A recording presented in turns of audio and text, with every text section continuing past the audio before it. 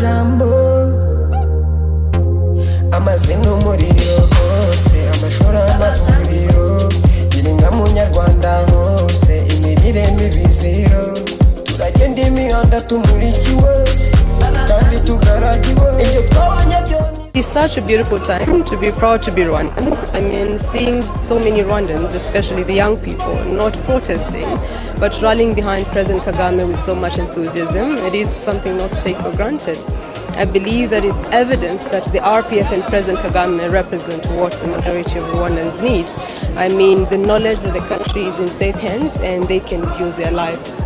I believe that history has impacted our perception about democracy and governance, and as a sovereign state, we cannot afford to be on the wrong side of history. So I'm here, I believe that I'm here for the same reason.